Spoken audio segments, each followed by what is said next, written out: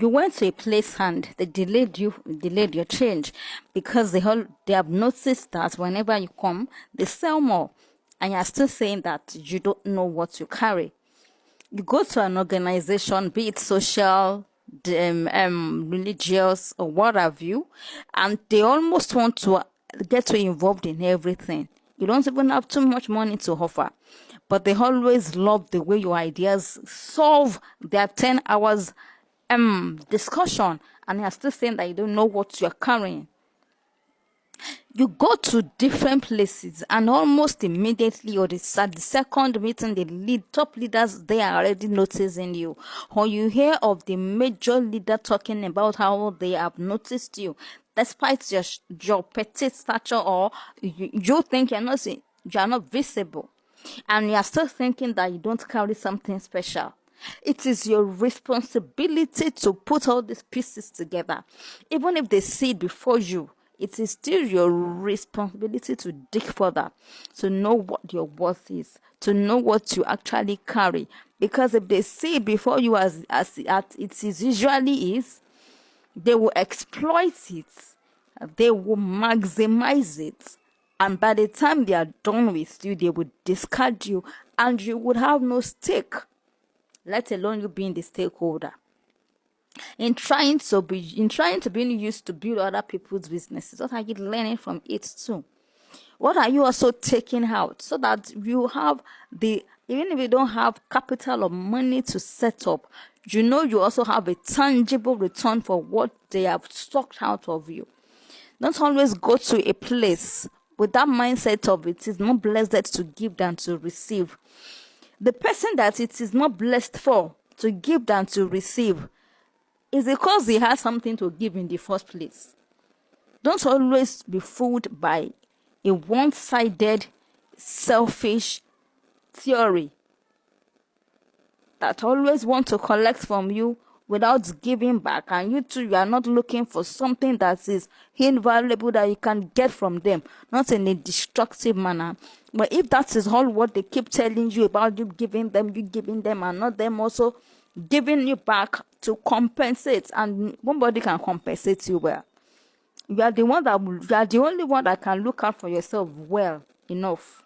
So it is your responsibility to do that. Enough of this idea of I do not know what they see.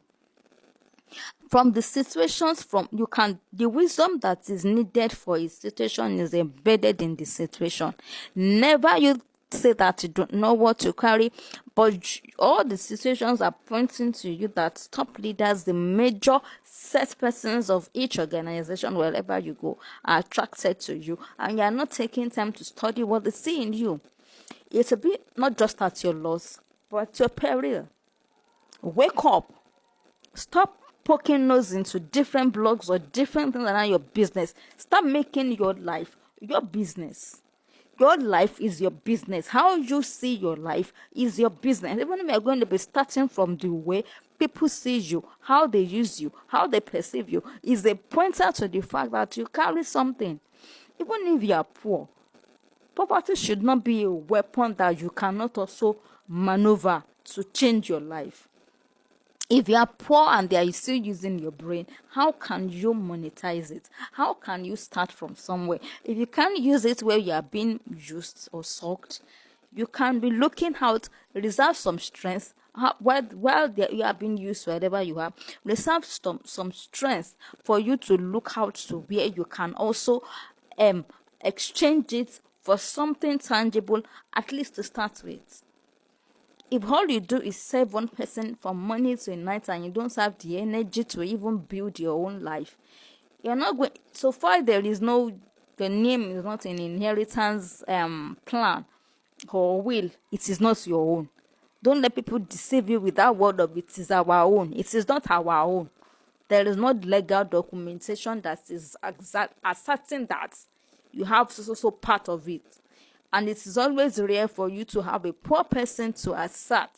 So as you are being used somewhere, also be looking at places that they don't know what you don't have, so that you can learn negotiation skills on how to get livelihood, at least to start with, from another place.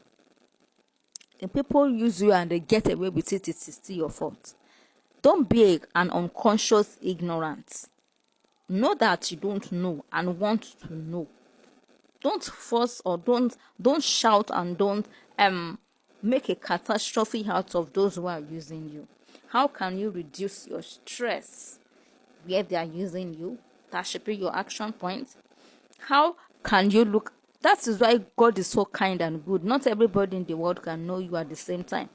Those that will not know where they are using you can be negotiated with to start demanding for the commensurate reward for your value, and it should increase with time. Because normally when people have a plan base to pay 1 million naira for something and you are charging 200,000 for that thing, because you don't have a knowledge base for that yet, it is fine. Once you know, increase, request for negotiation. And if they are not offering you the negotiation table to talk about it, move on. You have known better. Learn more. Know what you do until you know better. Then do what you know better. Do that better that you know. And don't let the distance, time, between the time that you are doing what you know and the time that you know better for you to be doing the better than you know, don't let that time lag to be too long. Because there's a lot that we don't know. The more we know, the more we don't know. I hope you get that. Thank you. And yes, it is your fault if you don't know how to negotiate your value for reward. Start learning. Start learning. Start learning. Thank you.